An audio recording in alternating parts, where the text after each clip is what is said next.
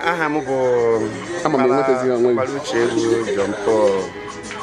Abụ m odeakwụkwọ ndị Bijek. Ụlọ ọrụ a na-eme ejije Igbo. Ejije anyị na-anụ maka ka a na-egosi na Kpakpando anyị nwe na-eme. Odeakwụkwọ ha ka mbụ. Ọ na site Bijek. Mgbe ọbụla ị gara ebe ahụ, klikie www.bijekmoviesinternational.com. Ị ga-afụsị ejije niile anyị mere ebe ahụ. Ị ga-achịgidekwa n'ọchị. Agba awa gị, afọ awa gị. Iji gosi na anyị ma ihe anyị na-eme. Ọ kacha mara ka anyị wụ.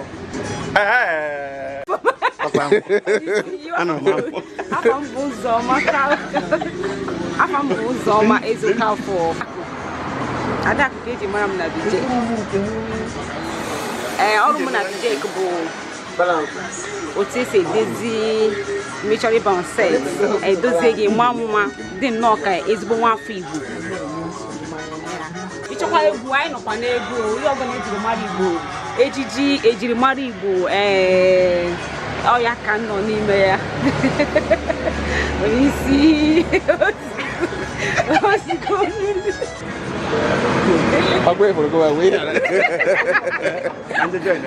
ekene m ụnọ ha na eze afọ mba Adaobi. Abụ m onye otu Bijek Movies International, ebe ọ na-akpọzi ndị eji ejije na ihe gbasara asụsụ na omenala Igbo. Abụ m osote odeakwụkwọ nke Bijek. Biko gara m na bijekmovies/youtube.com. ị ga-afụ ihe na-ekwu maka iru ebe ahụ. Echefukwala pịa aka n'ebe ọ bụla ịfụ subscribe. Ị ga-aghọta ihe eji kpaa anyị ndị bụ ụzọ ndị ọzọ na-esi anyị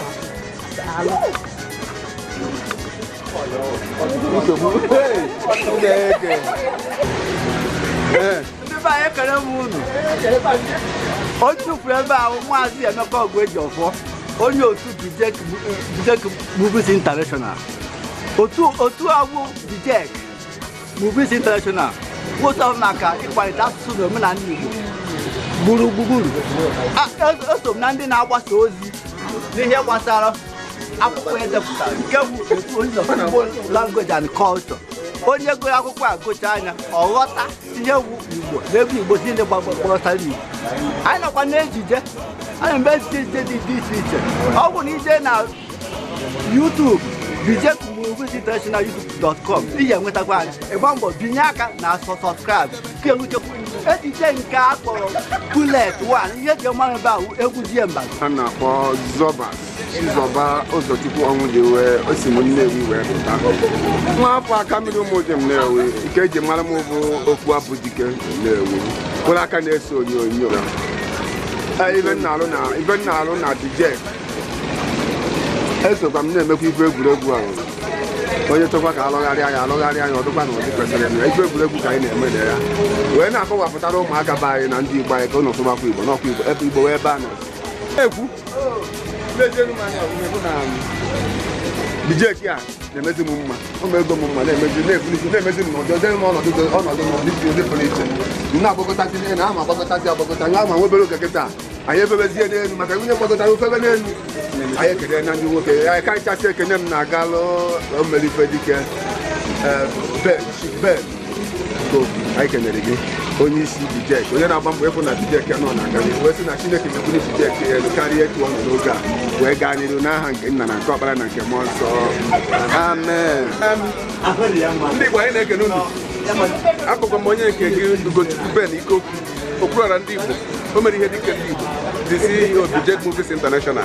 Taata ndị Bijek nọrọ nzukọ omenafọ anyị ji akwadobe maka Ojukwu 10th years anniversary nke ọnwa Ojukwu. Ya ka anyị na-akwado nzukọ ya ka anyị nọ. Anyị na-akpọ ndị Igbo niile ebe onye anọ November 10th year Odumegwu Ojukwu ezi Igbo